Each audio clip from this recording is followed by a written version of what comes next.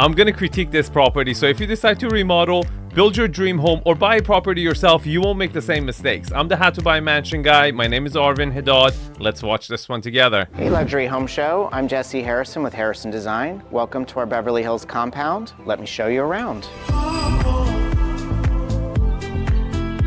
The house is quite large, it's 29,000 square feet. This is an incredible custom media room. It seats up to 18 people. Welcome to the primary suite. It's a very romantic space. So this property is located in Beverly Park. This is the most coveted gated community in Los Angeles. Denzel Washington lives there. Justin Bieber lives there. Adele lives there. Bought the house from Sylvester Stallone. This is like the estates area of Los Angeles.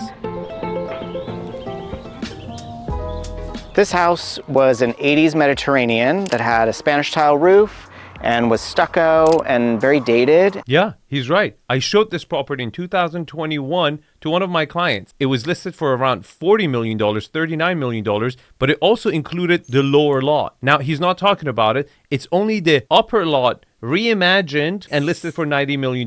It ended up selling for $28.5. We decided to walk away from it, and you will find out why. So we reimagined the entire floor plan of the house, the aesthetic, the exterior of the house.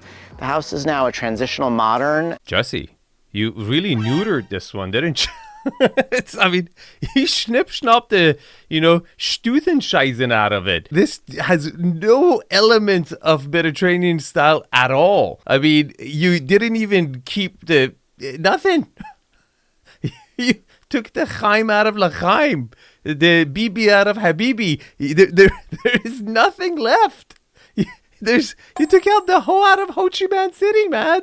What are you doing? This property has some architectural elements that I would have personally kept, but it had so many major problems as far as the house's layout because it was owned by Saudi who had a massive amount of staff and it had all these staff quarters. It was a crazy hodgepodge of layout. And then the guest house on the lower lot that he's not even talking about and it's not included in the sale was actually an extra area for like secondary third wives or, servants. So it was just two-state compound, but it was just way, way challenging. Now, architecturally speaking, he's completely washed it out. At the end of the video, I'll give you guys a suggestion. This is going to be a really difficult one to sketch out. I will give it a shot or maybe show you guys samples because it's just so dynamic. It will be so much back and forth. I'm going to analyze and tell you guys what I would have done with it. Bronze doors and windows that we had custom made from a company in Europe. We enlarged this entire motor court with a cobblestone material to make the motor court feel a bit richer,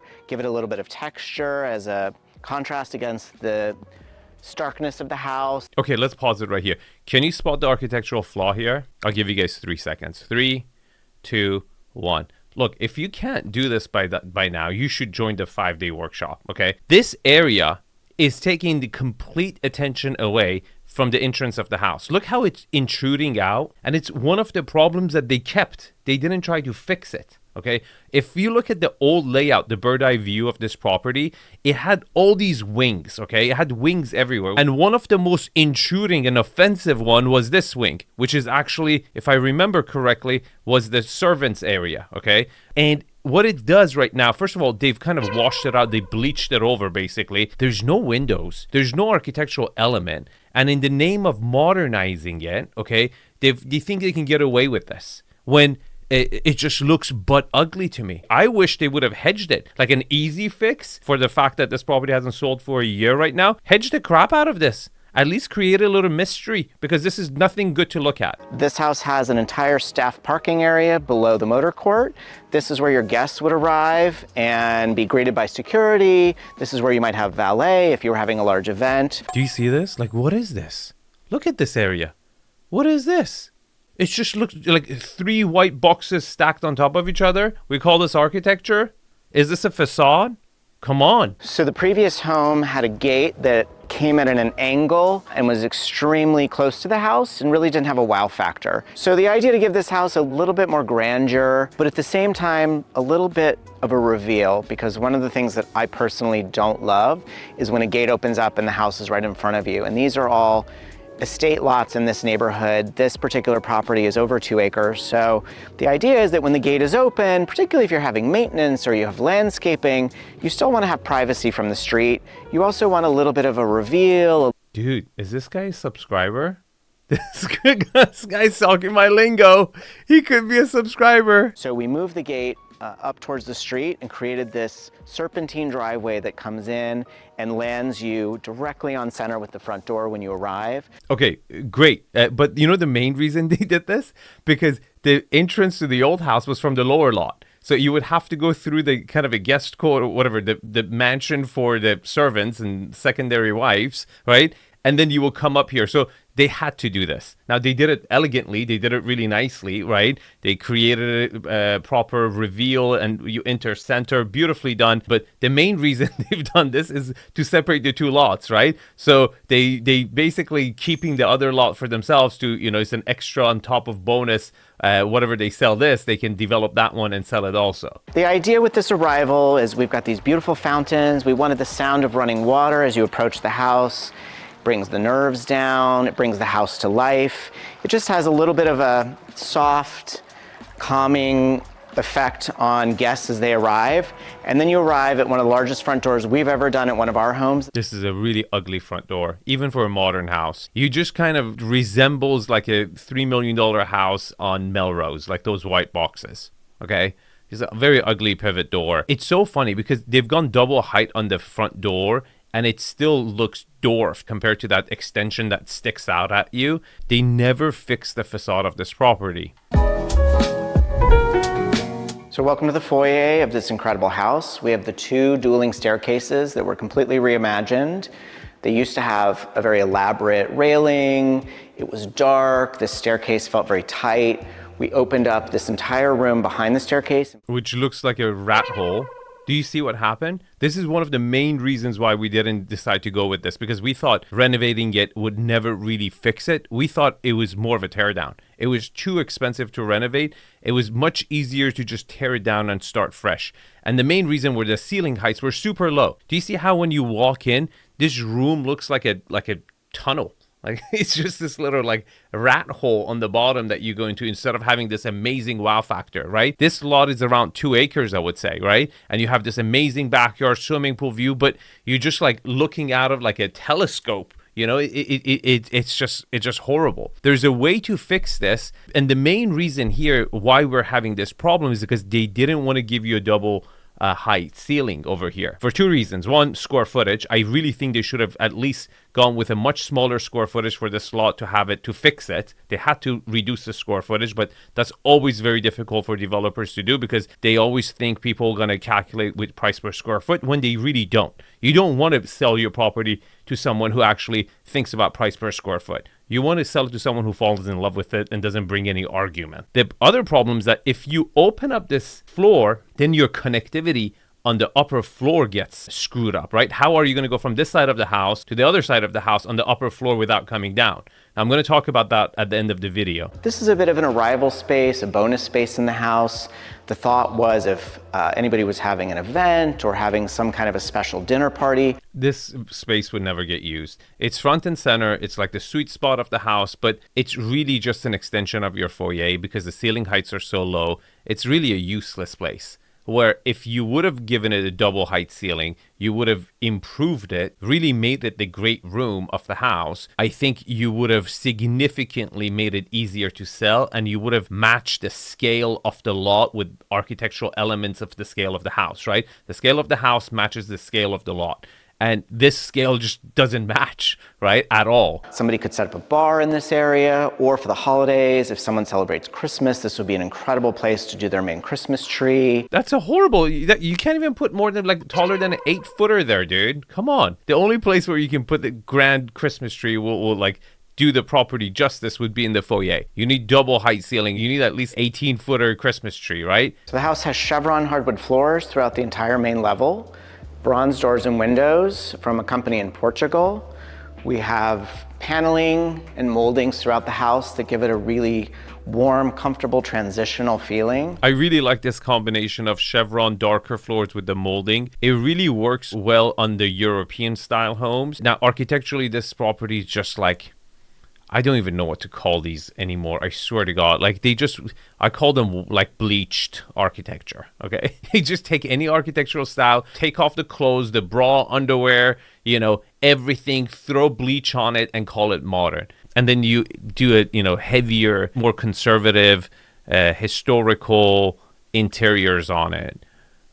It's done well on the inside. It looks good. The house is currently staged for sale, but the idea is that whoever buys this house can really take it in any direction that they want. If they want to go quite modern with the furnishings and the art and the decorative lighting, they certainly can. Great dining room. Pay attention to the ceiling heights. It just popped up. And it's one of the reasons. This dining area is one of those tentacles that are sticking out of the octopus. Okay, this property has a lot of them. One of the main ways that they should have tried to fix this is, which the reason we didn't buy it, because you had to fix all these elements because the ceilings were just not consistent whatsoever with each other, is that you should have just gave it a square shape, cut off these tentacles, kept some of them and flattened the shape, right? If you want to do Mediterranean style correctly, you got to watch till the end of the video and I'll give you guys some examples.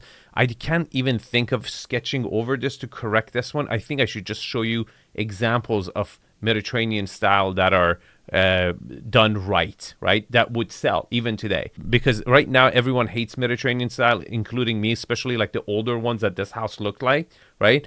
But there's a way you can do Mediterranean style, because guess what? Everyone goes to Capri and Italy and Lake Como. We love Italian architecture. How come we can't do that over here? There's a way you can do it over here and people will love it. It's just no one is really doing it right. We've got a temperature-controlled wine room just adjacent to this with enough space to do tastings or to have a small gathering inside the wine room. That takes us into the butler's pantry. So this is obviously for serving through to the dining room. The butler's pantry brings you into the family kitchen. So this is meant to be truly a family kitchen. So whoever lives in this house will likely cook their own meals in this area. They may have a private chef in this kitchen. Okay, pretty good kitchen. There are a couple of things that are off with it. Overall, the palette is really good. The fact that it's simple, the colors, the veins have a little bit of a gold brownish with it. They've matched it with the bronze inside the lights. Cohesive palette. That's probably the thing I like about it the most.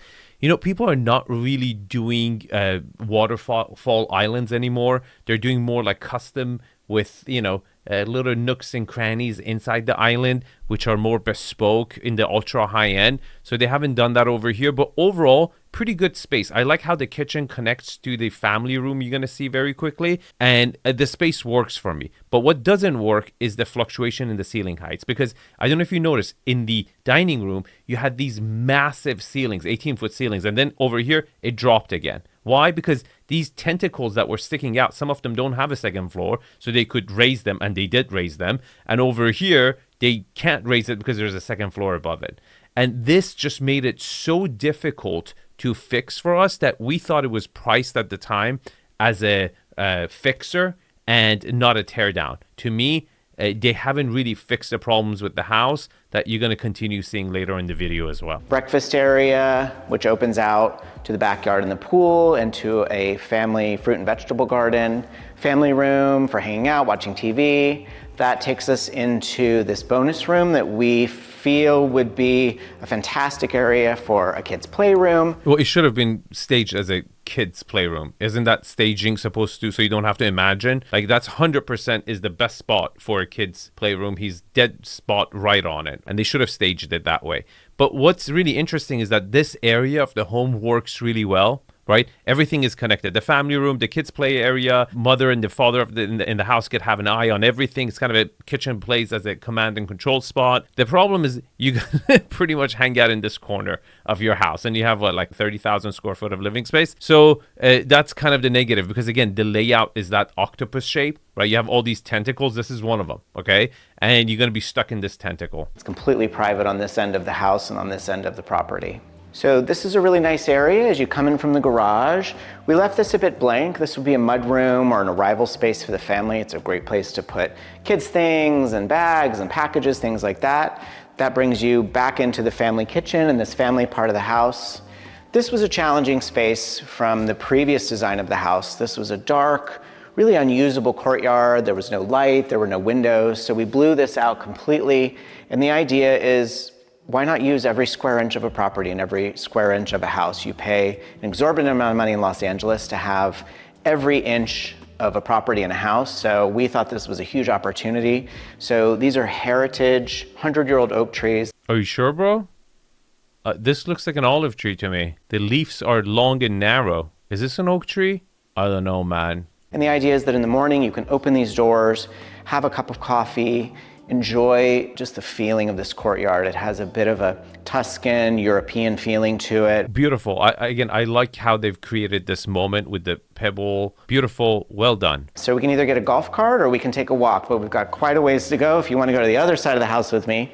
In case you hadn't noticed, the house is quite large. It's 29,000 square feet. 29,000 square feet. See, I really think if you were going to do this house right, you should have brought it down to 20,000. You should have chopped up some of the tentacles, give it more volume, made it more rectangular. I'll show you guys at the end of the video. If we go this way down the corridor on the opposite side of the house, this brings you into the formal living room. So the formal living room that was here before was quite dated. It felt very dark. There were steps down into this room, so it felt a little bit disconnected. So we changed all of the floor levels in this house so that everything is consistent throughout. Okay, you have two living arrangements next to each other. I would have much rather seen maybe a piano over here, maybe a bar, something that would be a little bit different than the other space. You have two fireplaces on both sides. You're gathering two different people who don't talk to each other. I would really would have liked to see a little bit more utility given to this space, considering it opens up to the backyard and it's your main grand living area on this floor, because I don't see the central one ever being used. This room opens out with these incredible automatic doors that pocket completely away, that take you out onto this covered loggia that has two fireplaces, is pre-wired to have televisions. We've got infrared heaters, all kinds of beautiful landscape lighting at night, going out on this lawn to this insane pool that overlooks the view to Century City and beyond. Now let me take you outside.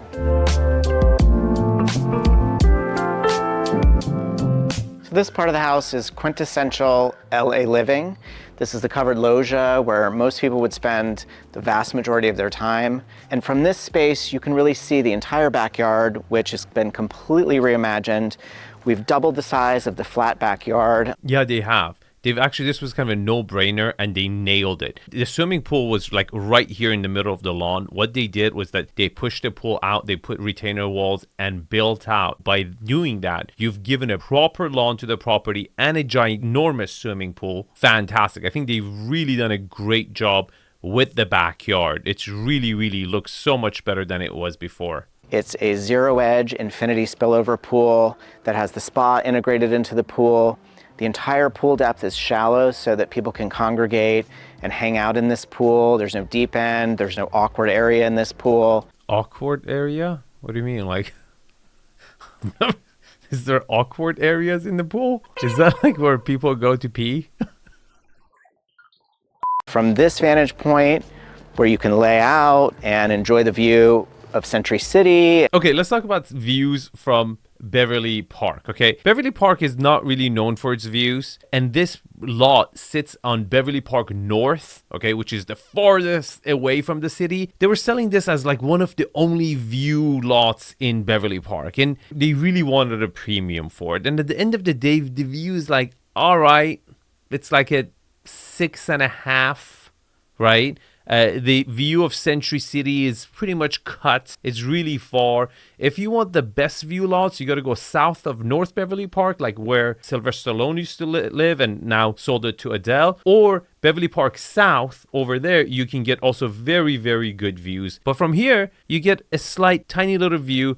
And what you really get over here is a lot of vegetation. And with fire risk in LA, I don't even think insurance companies would insure a property like this, which would really question if you can even put a mortgage on a property like this. So again, this is like prime fire zone, the whole Beverly Park is, because it's surrounded by lush green mountains. And that's like insuring it that right now is super hard. And it really strikes you how we've completely reimagined the style of this house, particularly the dining room, where we blew out the entire wall of the dining room. Yeah, because that didn't have a second story on top of it. The one that you should have fixed was over here, the main entrance hall, right? But because the entrance to the primary suite was on top, you didn't want to take that away and mess up your connectivity in the back on the upper floor, so you kept it. And that was a major problem for us when we were looking at this property, because if you don't fix the wow factor right off the bat, you like telling everybody this is a remodel, not a new construction. Doesn't matter if you extend the backyard, doesn't matter if you don't do the other stuff. You really disappoint when people see that really low ceiling right off the bat. Makes that whole area unusable. And I really think they should have taken that out. And we had a solution for that. It was just a very expensive solution. So they decided to just not do that and just renovate, do mostly cosmetic, and only raise the ceilings where they could have. And, it looks washed out like this. So the trick to these properties is you don't want everything to feel like one huge space where there are no moments, where there are no special nooks and crannies and vignettes in this property. So that's why we created a few seating areas and private areas that feel a little bit more cozy and manageable. So if you have a small group of friends or you're doing a smaller dinner party, this is a fire pit area that could also be staged. Good job. Well thought out. I like how they framed it with 2 olive trees. Again, he's going to say it's oak trees. I can't tell, but I think they look like olive trees to me. But what you could have done to even make this place even more special, if you could have given an arch, like an artificial, like whatever, hedged arch, give it a little entrance so you walk into it. That would really kind of frame this experience and invite actually more people to go through it, right, than keeping it open. So if it's a beautiful day and you don't want to be trapped inside, where do you want to have your chef make dinner for you and your family? The outdoor kitchen, of course. This kind of looks plain, doesn't it? Like, that's it? It just, I don't know. They've done great landscaping, for sure. But this,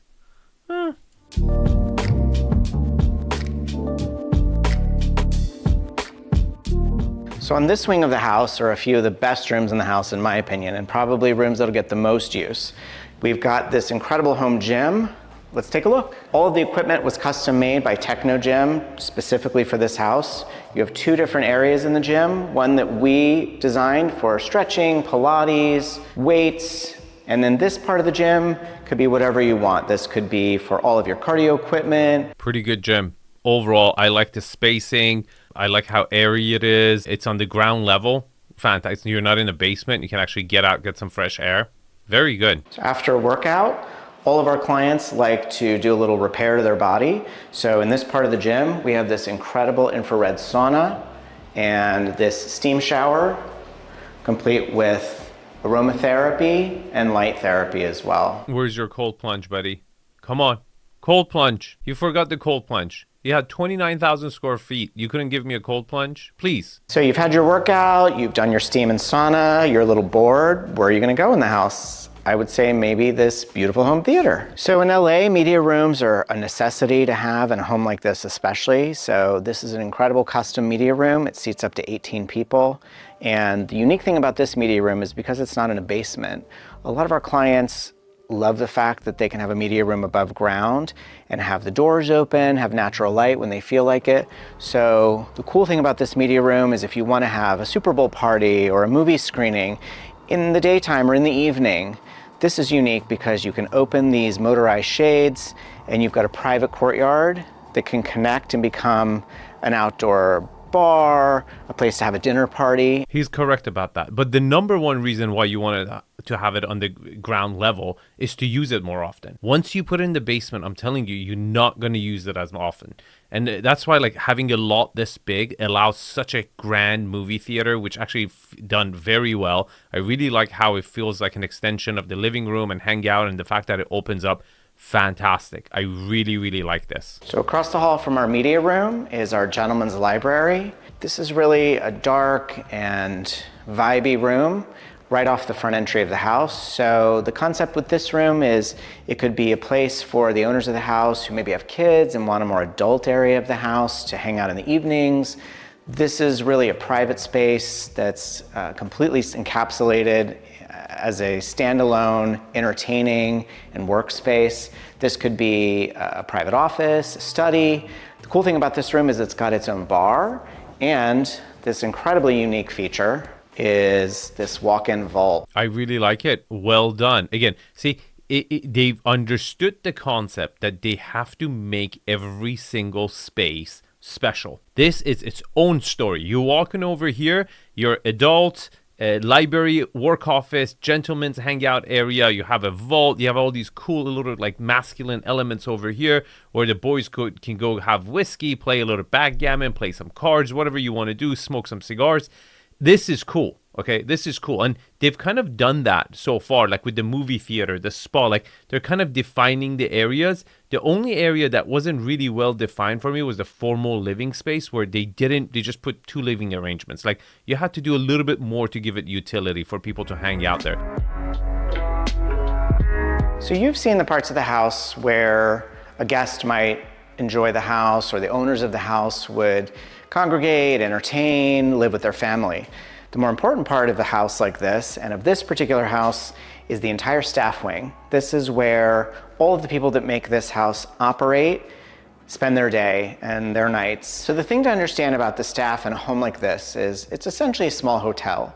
So people who live in a home like this typically have an entire pyramid of staff. And what we mean by that is there are layers of staff depending on the particulars of the family.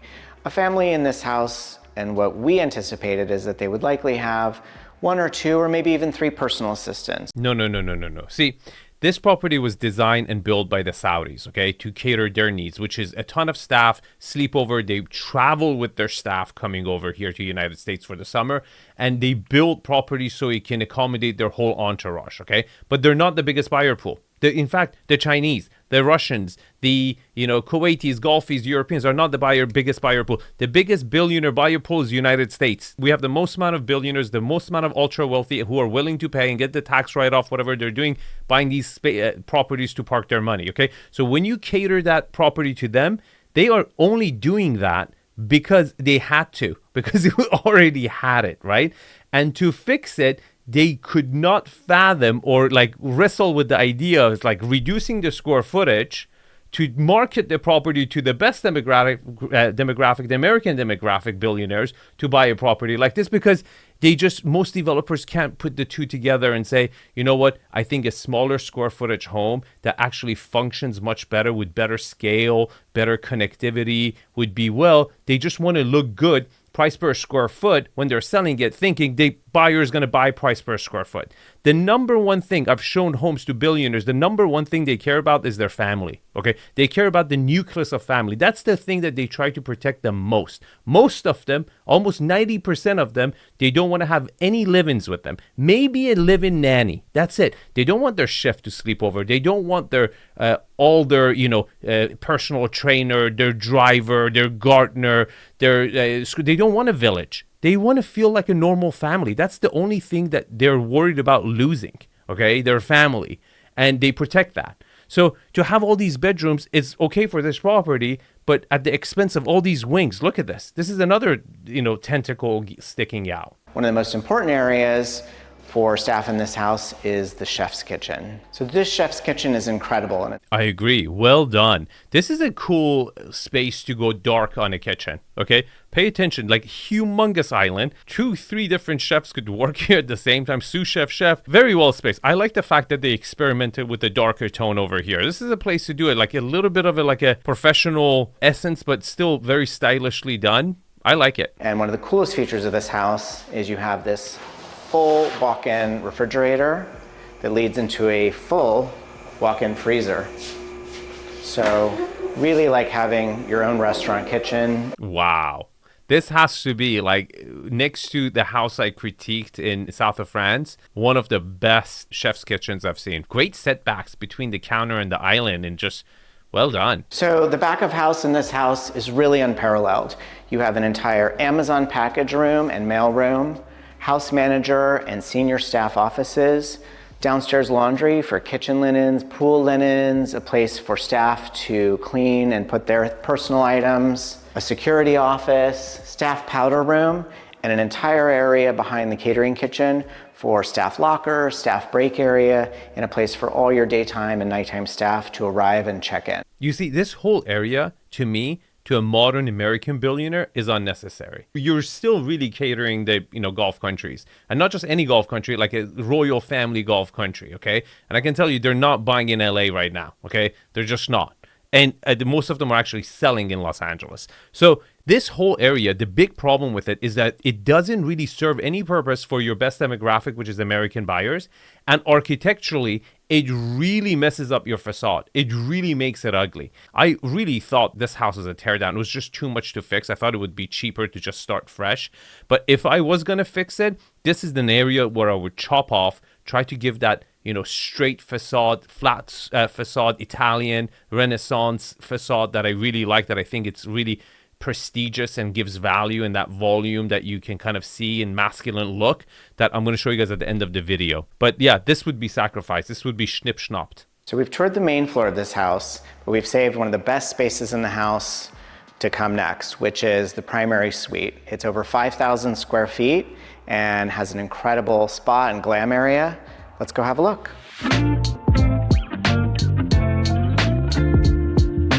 So welcome to the primary suite in this house. The first thing you notice when you come into the sitting room is that it feels a bit like a Parisian apartment. It does feel like a Parisian apartment, but was it worth destroying your wow factor? Like, do you really need a seating arrangement this big in an area where you will never really sit ever in your primary suite? You see, like that is the sacrifice that they had to make. Now, it's more than that because they had to keep the connectivity on the upper floor without going downstairs, right? So they either had to do a bridge or a suggestion I will give at the end of the video. But overall, I think this was one of the biggest issues with the house that they had to fix, and they just didn't. You have a beautiful view across the canyon into Century City beyond. On a clear day, you get a view of the ocean. Dude. Don't call it an ocean view, okay? The ocean, like on a clear day, would be a line. Like a line in the distance, okay? No ocean. You just get a partial Century City view, okay? It's mostly a mountain view. And as you come into the bedroom, we actually sized the bedroom down in this house because in the old house, the bedroom was so huge, it didn't even feel comfortable. He's right about that. I remember it was humongous. It was like it was even bigger than this. So they've done a good job. You really got to keep the energy in. Otherwise, like you be like you're sleeping in the middle of your formal living space. Okay. So well done. We felt that this was a really nice size where you had room to breathe, room for furniture, but it still felt cozy and it didn't feel overwhelming. Like, did you really need that seating arrangement in front of the door? You could have put like a sofa in the middle in front of your bed. Like, you really didn't need that seating arrangement by the door. And from here on is all bathrooms, dressing rooms. It's really incredible, like the best hotel suite you would ever stay in. Again, this entire suite is about 5,000 square feet. Let's take a look at her side. This is her bath. It's very light and airy. It's modern, it's clean, but it also feels feminine and it feels comfortable and warm. We deliberately left a lot of space in this bathroom for a chaise lounge or ottomans so that it feels a bit like a salon. Overall, pretty damn good bathroom, great size. It's just a little bit washed out. Like they could have staged it with a little bit more natural plants. I think it would have looked a lot better. But overall, pretty damn good her bathroom. Also in her area, we have an infrared sauna if the one in the gym wasn't enough for you. And of course, that leads us into her closet. Her closet is essentially the size of an entire bedroom suite. So you have plenty of room in this dressing room to have a furniture arrangement. If somebody wanted to build more storage in the middle of this closet, they could, or more islands. This is all for the clothing. Wow, fantastic. What a closet. It's beautiful. Well done. This is like any 50, 60-year-old lady's dream because they would actually have enough stuff to fill it up. But yeah, amazing, beautiful. And then this is the boutique area of the closet. So you've got handbags, accessories, jewelry, shoes. You see this island? Even the kitchen islands are kind of going to this kind of bespoke look. No one is doing really waterfall edges anymore. So I'm surprised that they did this over here, but they didn't do it in the kitchen area. So let's check out his area, the nice warm dark wood. You have the huge beautiful island. So immediately next to his dressing room is his bath. a bit more masculine, a bit more modern, a huge vanity, a lot of open space. So I hate the mirrors, and I see them keep repeating it. But overall, beside the mirrors, I like everything else. The mirrors just really looks like you picked it up from Costco.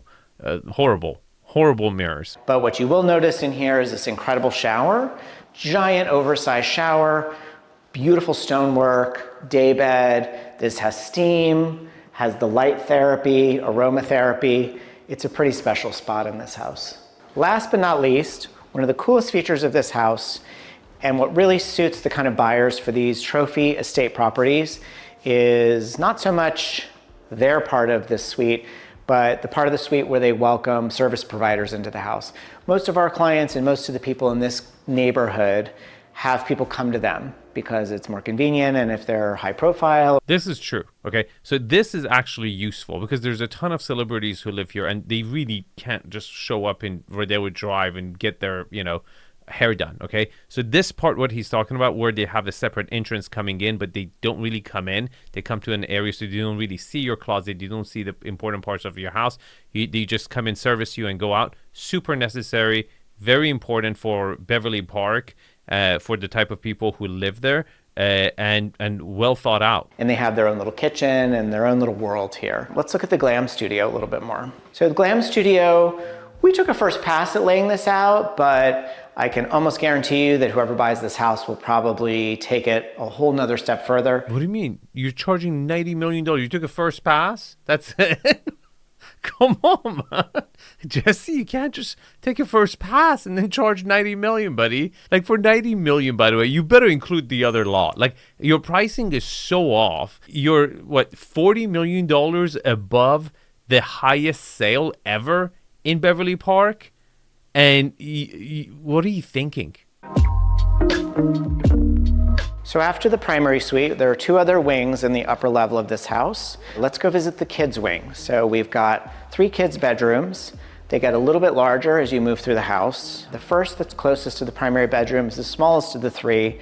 And the thought is that that might be a baby's room or a smaller kid's room. They all have beautiful, large pocket doors and glass with views to the backyard and the canyon. And then if you remember from the first level on the kitchen, we have this incredible courtyard, and this entire area was blown out and these huge glass panels were added to capture the sky view, the trees in the canyon, and to get an incredible view of this oak tree. Dude, I need to find out if this is oak. Why are the leaves so narrow if it's an oak tree? That brings us into this part of the kids' wing. That's pretty narrow, buddy. This is the upstairs living area, 29,000 square foot, and we got this. We got a galley living room. I was expecting at least twice the size of this for an upstairs living room for a 29,000 square foot home. Come on. And 3 bedrooms? Like, you left the bedrooms for the staff, for the maids, for the invisible? This is a hangout, TV, video gaming area.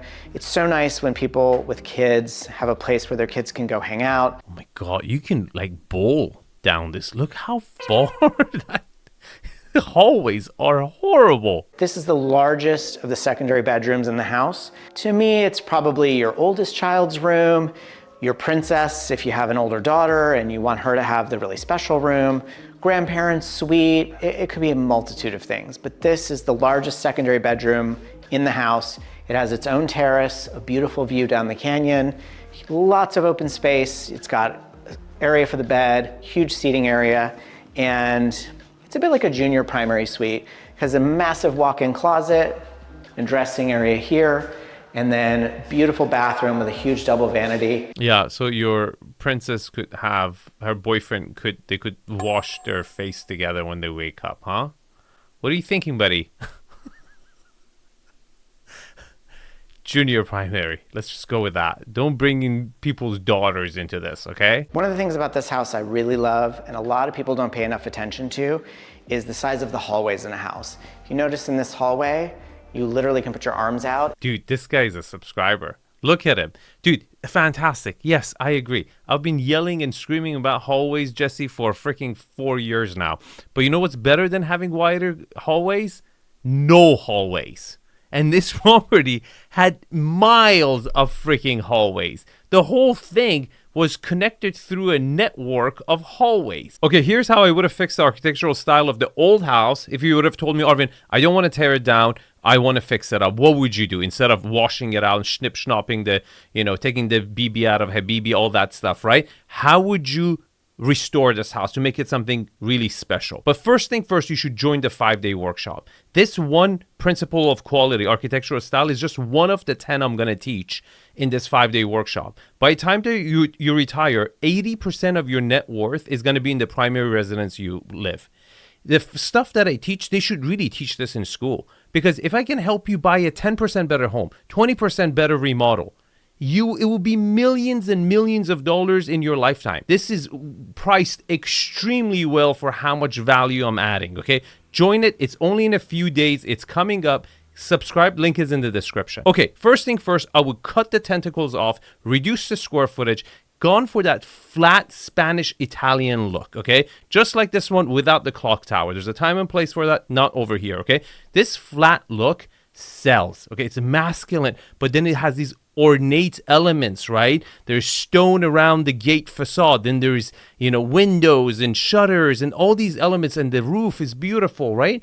I would have gone for this architectural look, and then I would have given you this stone gated entrance, actually just like this. And there's a reason for it. You see, you can't just eliminate the living room of the primary residence, because then you would disconnect the upper floor. The upper floor from this side cannot connect to this side. You have to come down, cross, and then go back up again.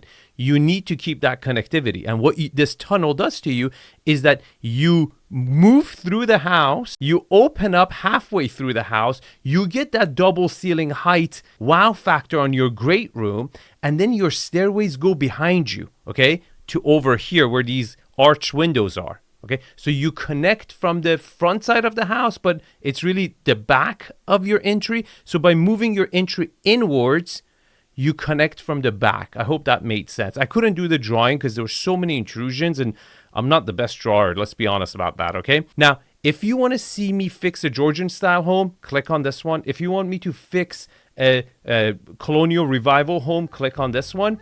Otherwise, I'll see you guys in class. 5-day workshop coming up in a few days. Link is in the description. And I'm looking forward to reading your comments. Talk to you guys soon. See you in the next one.